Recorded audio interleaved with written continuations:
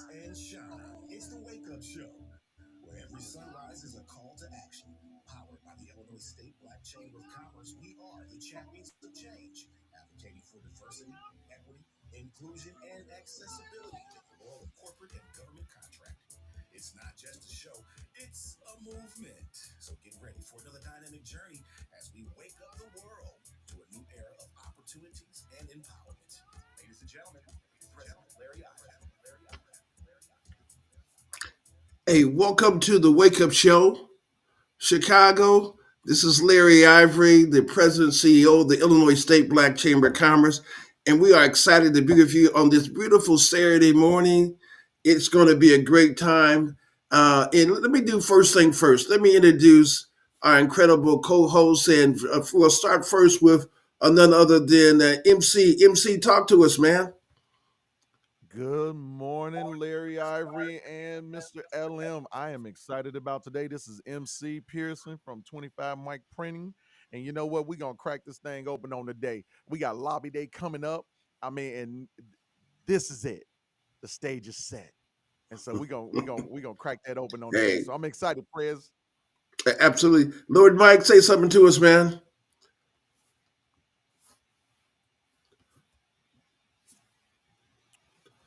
Lord Mike, it seems like you're practicing for your next career as a mime. I'm gonna need you to come up off that mute. Hey, well, let's keep on rolling. He'll get his technical difficulty set up, but we're gonna keep rolling. Hey, let me just say this, man. We got a lot of exciting things going on. I'm looking at our whole year of just great opportunities to network and to do some exciting things. We got our cruise coming up in June and July, and then we got our convention. So there's a lot happening. But also, I want to take this opportunity. There's something going on in Chicago today that is, I think, those who are in the fashion arena who like to get, really nice. There's something happening on the west side of Chicago with none other than Tina Augustus. We should have Tina. Is Tina on? Come on, Tina, why don't you wake us up? Tina Augustus from Hi, good morning, everyone. This is Tina Augustus Good morning. from Elevate Services Marketing and Communications. And I am also the co founder and president of the Chicago West Side Chamber of Commerce. Thank you so much, Larry, for allowing me to come on and share this exciting news about Fashion for a Cause Chicago.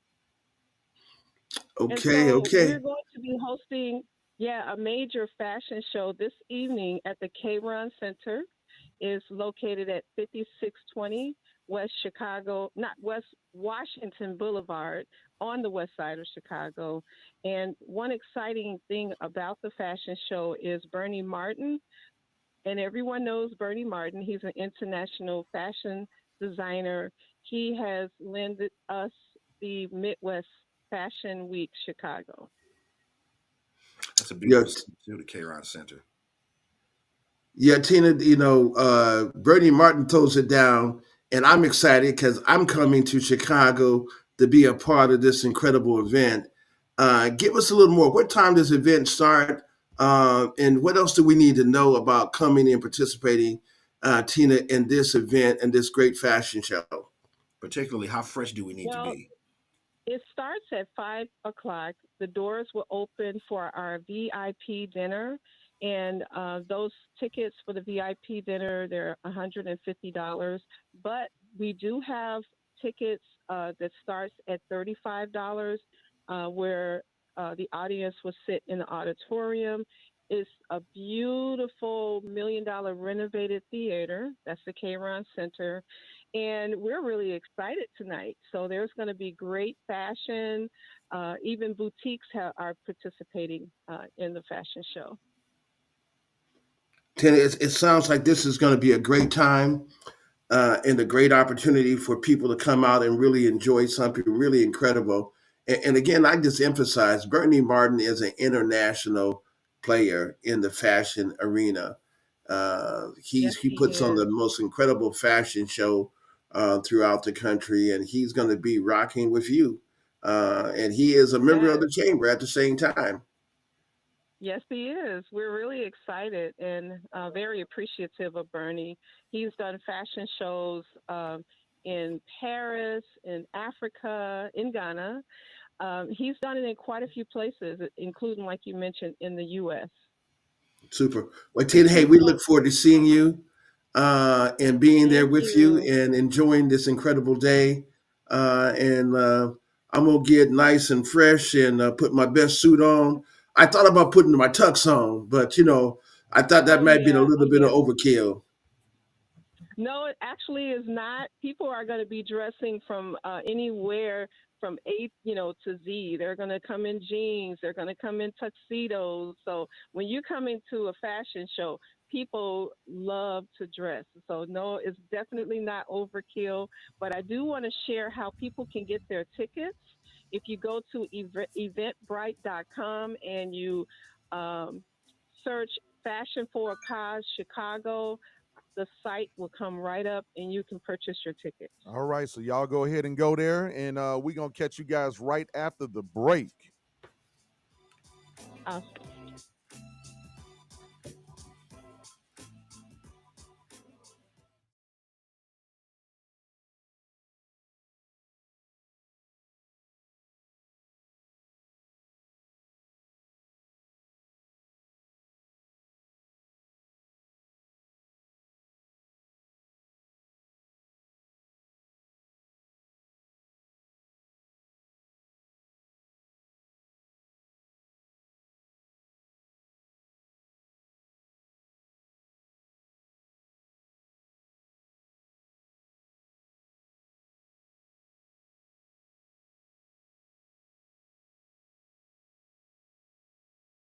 Illinois State Black Chamber of Commerce. We are live on Facebook and on YouTube. You can catch us on both of those at the Wake Up Show Chicago. And we are also taking call ins on today at 773-591-1690. And so today is lobby day. I'm talking about this is the home stretch when we are ready to get to the starting blocks. People think that getting this lobby day is the accomplishment. Now we're gonna get there, and then that's when the race begins and we start to have that conversation. What's going on, Prayers? Why don't you wake us up on this morning? Because I know you're excited about lobby day. I mean, oh my Oh goodness, man, we are right outside of it. hey man, we have laid this thing out. It is well organized, and we are ready to go down in Springfield and exercise our right to be engaged and involved and try to bring something back to Black business on this Wednesday, April the 10th. We're rocking and rolling. Let me give you just a little feel for what's going to happen, when we get there. First of all, for those who want to ride the bus, we still got seats left on the bus. You can give us a call and catch the bus and ride down. The bus is going to leave at 6 a.m. in the morning, and it's going to come back at 6. It's going to come back from Springfield at 6. But when it gets there at 10 o'clock, we're going to convene with our photographer and our videographer. We're going to convene in front of the Lincoln statue to really commemorate this day with all of us coming together and being able to lay out the lay of the land of what we're going to do on today, starting from giving everyone instructions on the legislation that we're supporting and legislation that we're against, to our press conference where we got some major icons coming on. Mayor Johnny Ford, who is the leader and founder of the World Conference of Black Mayors. We have our national president of the National Black Chamber of Commerce. We're also going to have Dr. Kenneth Harris. He's going to try to get here, and he may have to adjust his schedule, but we're going to have a great time.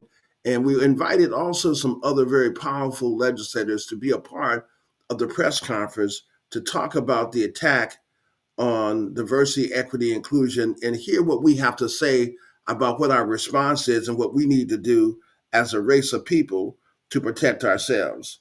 So that's going to be kind of like the beginning of the lobby day is in front of the Lincoln statue, where we get a chance to hear everything laid out and then kind of move from the agenda. And after that, we got meetings going on, guys. So, Mike, you've been there before. Tell us a little bit about what your interaction has been in terms of once we get there. Now we're gonna meet with heads of agencies. Yeah, well, I mean, I know I'm excited about meeting with the DCEO, Department of Commerce Economic Opportunity. It's in the name right there, so it's going to be some serious conversation there. I know we've got some sizzling agenda items. I'm really excited about the support that we're getting from our legislators and from some of the different operators down there in Springfield, as well as from the people. Everybody's really excited, and when you said earlier, MC, about we're ready for the ride. The bus. It's going to be a great opportunity for you to uh, relax and game plan on your way down. You have a few hours to get your game plan together, kind of soak up the agenda a little bit, and be ready when we hit the ground at the Lincoln statue. And then when we're all done after the reception, with the great food and the great mingling and networking, you'll be able to relax and chill on your way back home for a few hours. All in style, a nice, comfortable charter bus. So that's we do that every rip, and this year we're going to exceed expectations again. So I'm looking forward to it and just being a part of it. I like Yeah, the opportunity for people to be able to network and, even while on the bus, because there's going to be other business owners that are on that bus, and that's going to be a great opportunity. But you know what? I think that right now we need to add to this conversation a past guest and a great friend of the chamber, Mr. Eric Foster. Eric Foster, why don't you come on and wake us up on today and join this conversation, sir? Good morning, everybody. How are you all doing today? All is hey, well. Good great, morning. Eric. All right, all right. Pray that you all are having a blessed morning as we get out here and have to do all of the work that needs to be done, or as I like to call it, Tuesday after the 9 a.m. meeting at work, because it's Hey, Eric, never. before you get Mhm. started, let me interrupt you just for a moment. I don't didn't mean to interrupt your flow, but give us a little bit a background of who you guys are. You're coming down from Michigan to be a part of, and why? Because you're a policy guy. Why this is important from your perspective, and what does it mean?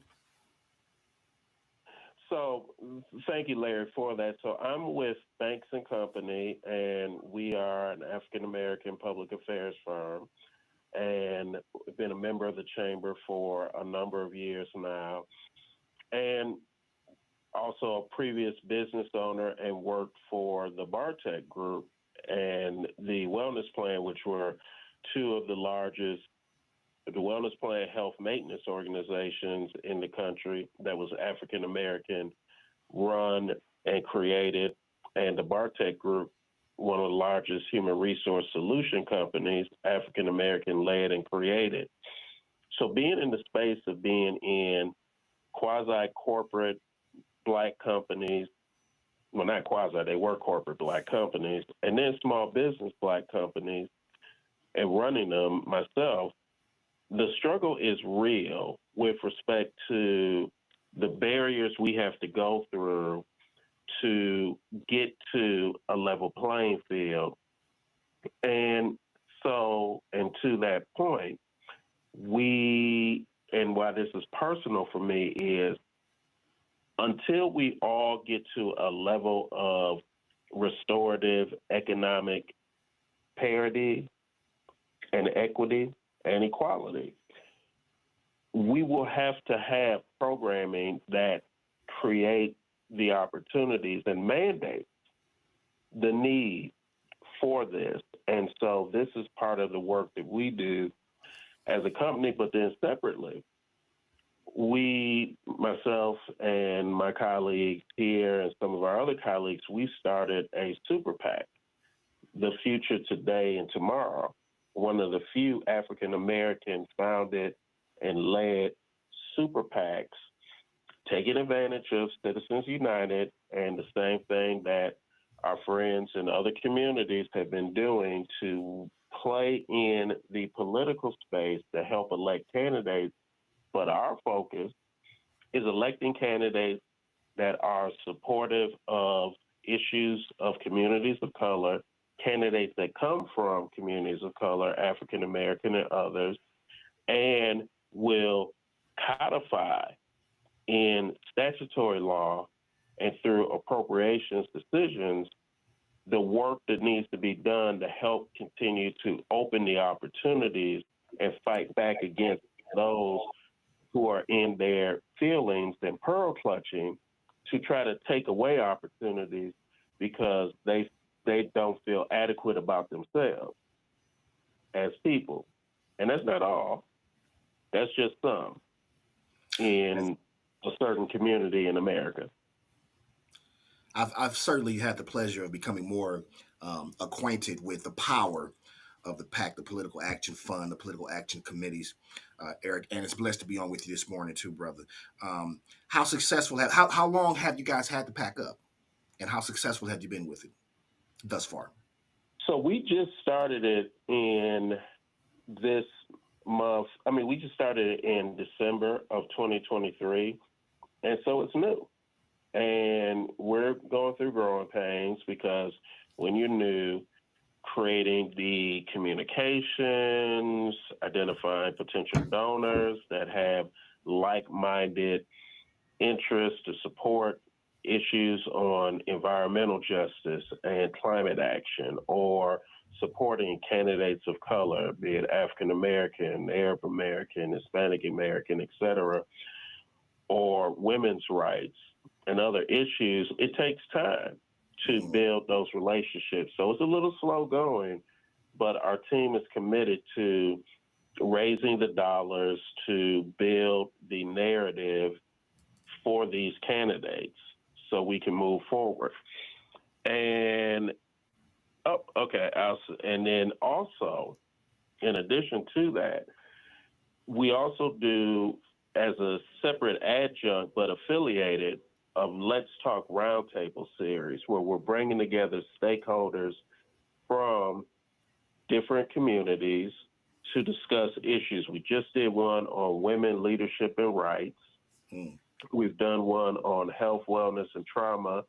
We've done one on equity, economics, and education. Those are the first three we've done in 2024. We're getting ready to do one in April here in Detroit on sports, entertainment, and equity, and bringing together these stakeholders from different organizations to try to help foster ideas, solutions, and partnership, because the Black community needs backup.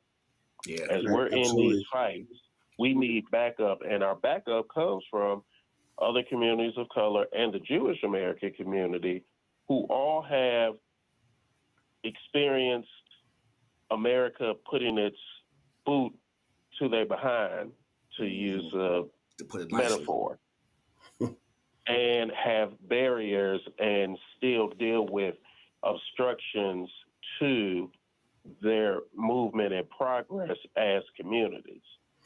Hey, Eric, let me ask you a question real quick. When we take a look at the political landscape and how effective we are or not, and we've had some conversation about when we come to Capitol Hill, whether it be in DC or in Springfield, is that we often don't have a specific ask and don't really spend the time really focusing on the issues that bring something back to our community. How have we begin to turn the corner in terms of being more politically engaged? Because we got more political clout now than ever before, if they don't completely water it down with some other factors. But how much have you seen a progression in terms of our engagement, like lobby day, things like that around the country from your perspective?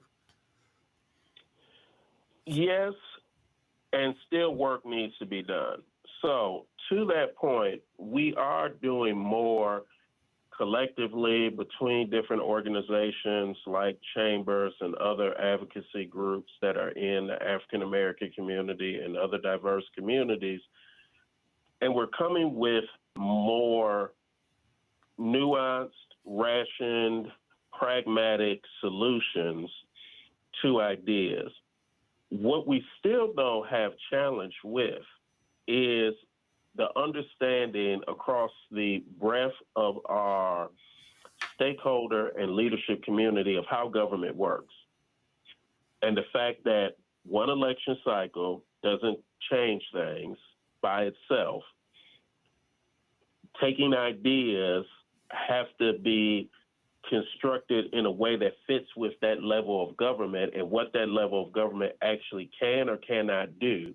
Sometimes you want to take a issue that can be addressed at a municipal city council and mayoral position to Congress, or you want to take something that can be presidential executive action to your school board.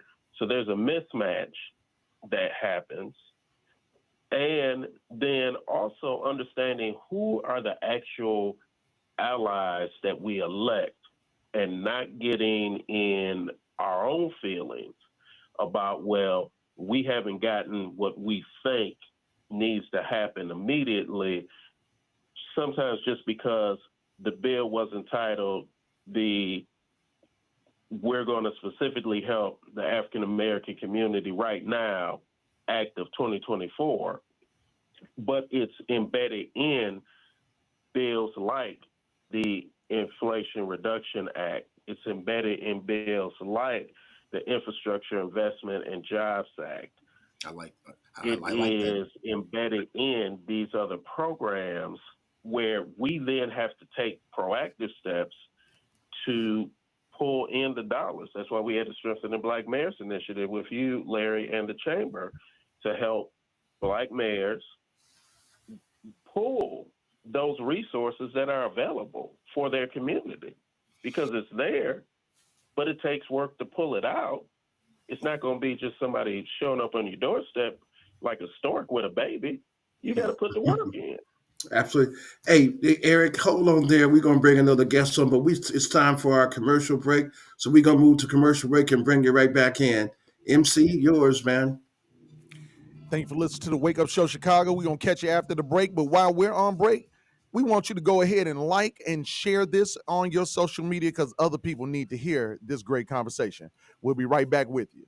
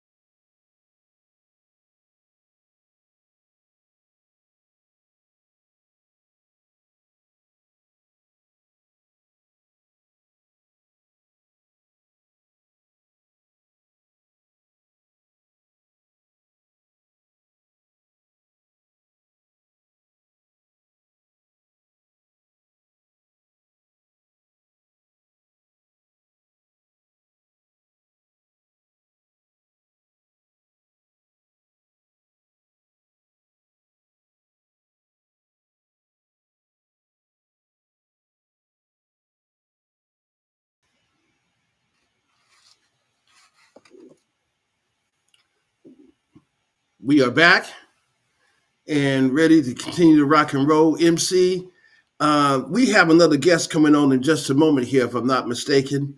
But what I want to do before we bring the guest on, I'd like to just kind of hit a little bit of the agenda real quick for Lobby Day. You know, we talked about in broad terms, but we're going to talk about specific meetings right now. So those who are listening, if you're interested in meeting with the Department of Correction, you know, the Illinois Department of Correction leadership will be front and center. We will be meeting with them at 11 o'clock on April the 10th. All of the senior management for the Department of Correction will be front and center. After that, we'll have our press conference, and then at noon, we have the Capital Development Board, who does all the vertical construction. They have probably close to 800 projects going on, and that will continue. So if you're in construction and you're trying to get involved and really understand, if you're not doing business with the Capital Development Board, how you can do business, how to meet the people who make those decisions, you want to be there at 12 o'clock. Join us at 12 o'clock in the Stratton building at 401 Spring Street. Then we got the Illinois Department, when we have the Illinois Department of Innovation and Technology, that's Do It, that does all of the IT business for the state. They drive it. That's at 2 o'clock. That's at 1:30. At 2 o'clock, you have the Illinois Department of Transportation, where we meet with the Secretary of Transportation to talk about what's happening on horizontal construction and how we can gain greater participation. You have 3 o'clock, you got IDES. At 3:30, you got the Illinois Department of Commerce and Economic Development with the CEJA with Hillary, and then you got CMS to be determined. And then we also got another meeting with the Department of Commerce and Economic Opportunity. So it's going to be a full array of leaders and that we can deal with. Even the Department of Revenue, the IRS, we're meeting with the Illinois Department of Revenue. That gives us a real overview of what the current issues are within revenue, how well we're doing, what things are funding, get you some insight, and maybe have some questions that we have in terms of them. So we're going to pivot back, but that's a part of the agenda. And then the reception, obviously, we talked about. So getting right back to understanding the value of Lobby Day, I don't know if we have the extraordinary attorney, Robert Johnson. Is he tuned up, MC? Oh, you're on your mind, baby. Mind. AMC. So yeah, I'd love to reinforce just the kind of like when you talk about the value of Lobby Day and some of the different sessions that we have. It's especially in terms of the internal revenue, right? We're talking about contracts. We're talking about opportunity and access to opportunity. So don't bring your W-2s, right? Don't be talking about that stuff when we come to meet with the IRS. Come talking about business access opportunities, right? And as well as all the other different entities we're going to be meeting with, DCEO and the Department of Innovation and Technology. That's a biggie right there, IT space, because it's touching everything. So it's a big one there. And I'm also eager to hear more about from if we got Eric on the line still, if we kind of circle back to him. Eager to hear about that. We representing Black people right now, specifically 2024 bill. I want to hear about that one. That's exciting. Hey, Mike. MC, are you back on? Can we hear you now? MC. Still wait for MC. It's all good. Hopefully, we get Robert Johnson on the line too here shortly. And be sure that you get over to our socials, right? YouTube, Facebook at Wake Up Show Chicago 773-591-1690. If you don't have the local number, hit us up there. You can join us right there as well. So, President Ivory. How can people get in tune with the bus? I did have a couple of questions about that there. Well, a question about that. How can people get in tune with the bus? They can just give us a call, Mike, at 309-740-4430. We're still looking at MC. MC, are you good? He's talking, but I don't know if you can hear him on the other side here.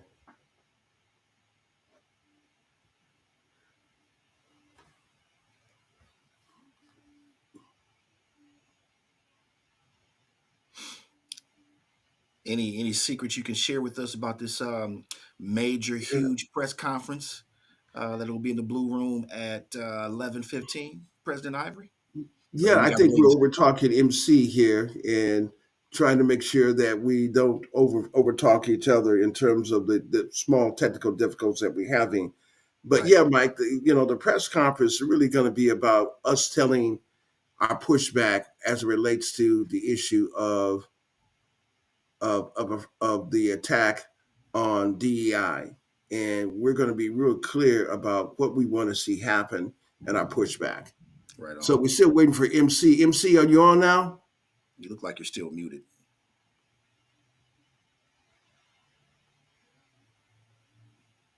Okay, well, we better continue to roll then, Mike, since MC is having some problems here. I've asked what we're doing there. So, again, Lobby Day is really, we hope that, again, that you come out and join us. This is a day where we come together to make sure our voices are heard loud and clear in Springfield. And it really is a time, even if you're a business owner, and we know how important it is to focus on your trade, your business, and make money. But this is a day that you really need to set aside to come down to Springfield to make sure that your voice is heard, to make sure that you participate in protecting your interests, Black business interests. There are a lot of forces out there sometimes who may not want us to participate where our dollars have created the opportunity, but we have to continue to push and understand how to leverage that. We got some very talented state legislators down state that can help us, but if we don't show up and participate, they can't. So we're hoping MC is back on. MC, are you back on? Still got that slash through the mic. Okay, so Mike, why don't you go ahead, man, and continue? I'm gonna see if we can get MC correct this issue here, so we can bring our guest back on. Yeah, yeah. Just a little shout out to our LinkedIn users here. Got a few comments on there. Uh, the biggest one I see is we're all looking for the lobby day. Absolutely. We need clarification when it relates to DEI. A lot of people on the fence about DEI, one way or the other, and I can kind of understand the sentiment on both sides. Of course, I'm a proponent. I want us to keep all of the mechanisms and leverages that we have in place. Oh, I see you there. No. Is he back on?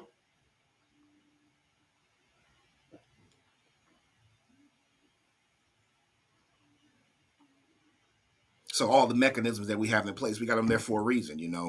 We certainly haven't come as I can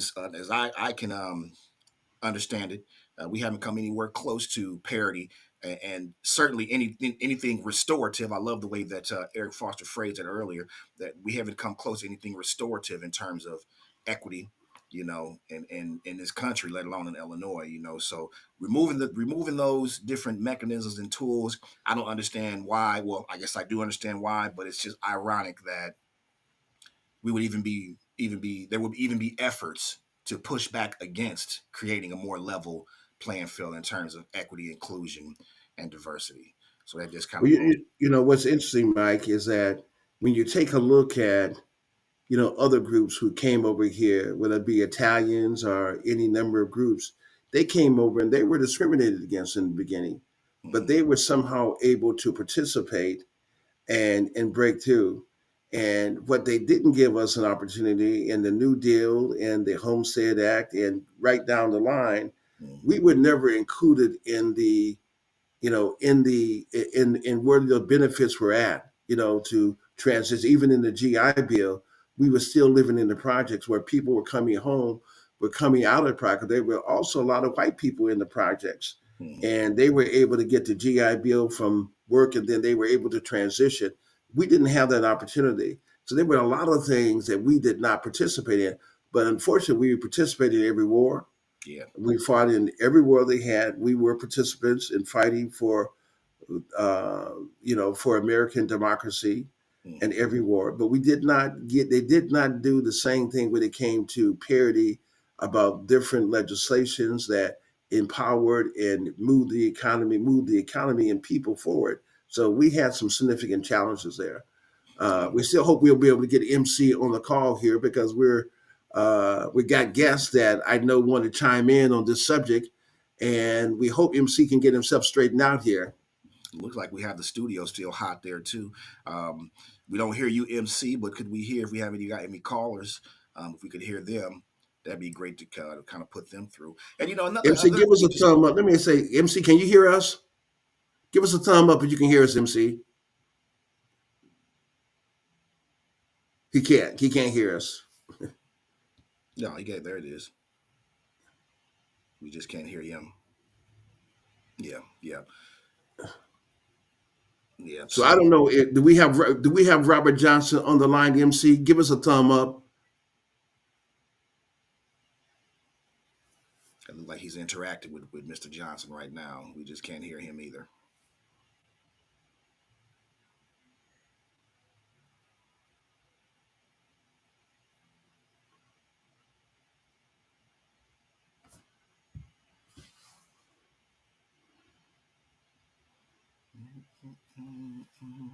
And another thing that you mentioned there, while we're just kind of bantering, getting our technical difficulties in order there, and we talked, you mentioned we fought in every war. Even if you take it back to the Indian Removal Act, back in way back 1812, will be a little bit around then, where the Black Seminoles out of Florida were essentially removed from there, sent to Oklahoma on the Trail of Tears, and ended up bouncing down to Mexico and fighting on the Mexican border for them when dollars that after man oh, are I hear some available action. or at least have been earmarked for our communities that often go untapped. And so making sure that we are addressing those specific areas, which is why we are approaching this the way we just discussed, where we can focus on economic justice, we can focus on environmental justice, and we can focus on social justice, because those bills that he referenced have monies earmarked for those specific purposes to address some of the historical inequities that have existed in our community.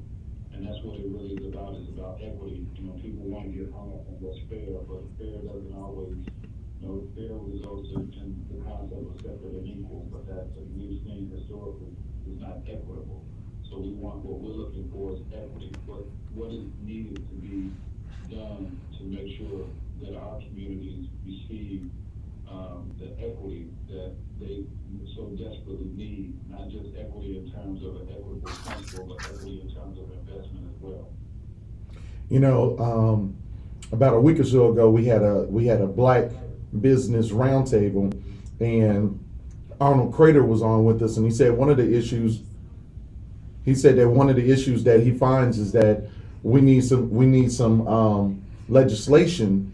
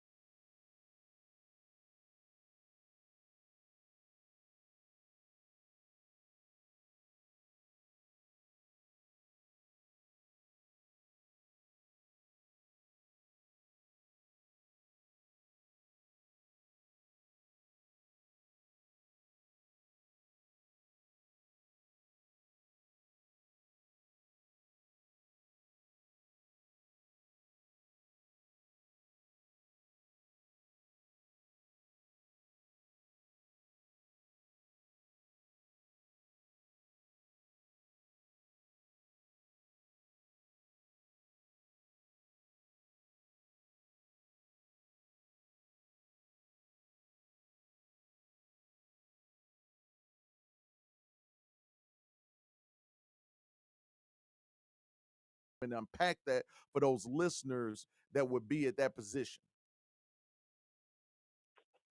So I'll take Well, a first stab at it. And the first stab is quantify what your specific need is with respect to government and with respect to the agency that you want to deal with. And don't just limit it to, I want a contract.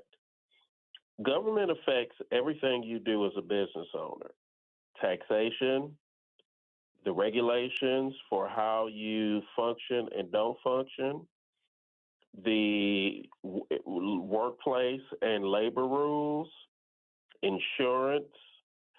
So look at the totality of your business and chart out for your business what are the specific things that are impacting you so you can quantify it and have it measured. Then join a group like the Illinois State Black Chamber that can help take your needs and others and help craft it into policy requests and proposals for legislation to help, and then support the chamber and its PAC, black owned or black created super PACs like ours and others to change who are the elected officials to ensure you have allies, because right now there are no elected Republican allies, say at the federal level in the United States House of Representatives, and there's only two in the United States Senate. And so if you sit out or you think that somehow, well, because I'm in business and they used to be about business, we'll be okay. Yeah, they don't care about business because their game plans include using the federal government to tell businesses what they want them to and not to do. Well, that's what happens over in Russia and Hungary and what happened in Germany back in the day. I don't think that's going to be a good look for your business on the south side of Chicago or the west side of Chicago. So that's what I would say. Yeah, and if I could add to that, I will. I was in Springfield a couple of years ago and meeting with some of our legislators, black elected officials, and I'll share. I won't say who I'm attributing this quote to for fear of getting them in trouble, but I'll share something that they shared that was poignant to me. And what he shared with me and the group that was meeting with him was that in his time in Springfield, what he came to realize is the difference between the way white and Hispanic entrepreneurs engage politicians and the way black entrepreneurs engage politicians. And his quote was, black people see politicians as leaders and ask them what to do. And white and Hispanic entrepreneurs see politicians as children to be told what to do. And that struck me because as an entrepreneur myself, the thought of what Eric just said in terms of, I mean, I knew you should have an agenda and an ask, as I alluded to earlier, but that mindset that, you know, they work for you. They were elected to serve your interests and not the other way around. So to build on Eric's point, what often happens in our community is I'll give, say, a retail store owner as an example. Construction happens in, front of your store, and so you find out about it that there's going to be something that is a road is going to be widened or the direction is going to be changed, whatever it is, and it's going to impact your store for 6 months. And so at that point, the store owner, the black entrepreneur, goes to, in this case, to Chicago, to their older person and complains about it. Well, it's too late by that point. Something has already happened, and the reason why that construction is happening in your store is in large part because some other entrepreneur or some other company has decided that they want something to take place and it's benefiting them and impacting you. Somebody has told that politician that we need X to happen and that we want this built or whatever the case may be, because we're not engaged in the process and we don't have relationships and oftentimes are not part of organizations like the chamber and don't have our ear to the ground about what's going on. We are often in a reactive mode. And at that point, now we're coming to our politicians, asking them to fix something, as opposed to other folks who are engaged in the process are the ones that are causing the change that is benefiting them and impacting us. Exactly. So that's where we, as entrepreneurs, have to be more engaged and understand that these folks are our employees. They work for us. You know, we bought them with our vote, and we further cemented our control with our contributions. That's the other thing that often, as an entrepreneur, I didn't realize the power of, and that's what Eric was talking about at the very beginning. The reason why the super PACs and the political action committees are important, because dollars matter. Because when you can no longer vote because they're not in an election cycle, then your next vote is with your dollar, by contributing to their campaigns or their opponent's campaign, whatever it may be, to get their attention. And we have to be savvy to understand that that is the game that you're playing as an entrepreneur, because literally everything that they do impacts you on a more direct basis. Because as a lawyer, I know that everything that from the moment you're not officially alive until a birth certificate is issued, and you're not officially dead until a death certificate is issued, and everything and every moment of your life in between that is governed by some type of law. So we have to be cognizant of that and make sure that we're wielding our influence in a way that benefits us and our community. Well, you know what? I want to bring in, we do have a caller on the line. Reverend Sampson, why don't you go ahead and wake us up and join this conversation, sir? Yes, I appreciate it. My phone number, please, is 773-445-7125. I'm the only preacher that has the following access to the following thing. One, I'm a member of the World Conference of Mayors under the leadership of Johnny Ford, so I really got to talk with y'all. And I'm coming down for Lobby Day. All right. Number two, I got an independent union recognized by the Labor Department out of Washington.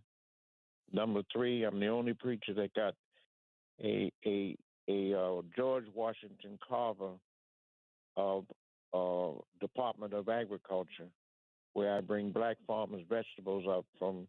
I'm gonna see if you're gonna shout. From Arkansas, we bring crowder peas, butter beans, Purple House, mixed vegetables. From Alcorn in Mississippi, we bring mustard, turnips, collard greens frozen. You ain't shouted yet. Come on now. And then I'm Southern smiling. University, we bring Southern University in Baton Rouge, Louisiana. We bring sweet potatoes and pecans for the pies. And the other key thing we have is a black brother that has an independent housing manufacturing business, where we build our own houses and deliver them to the site.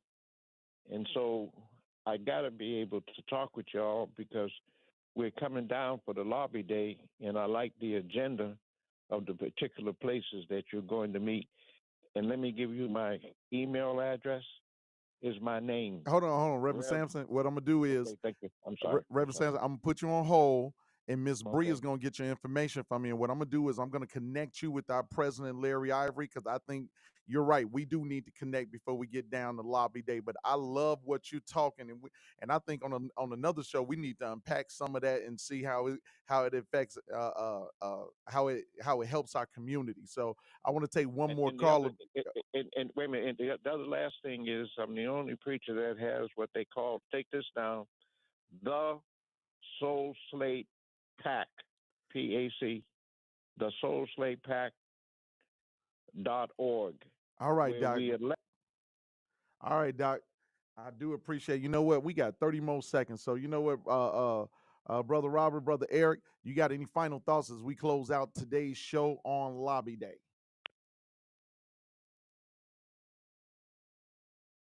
All right. Well, Oh, no, I think today was good, and we just have to keep these conversations. Look forward to coming back for more. all right. So listen to Just everybody. get on the bus. Get on the bus. Yes, sir.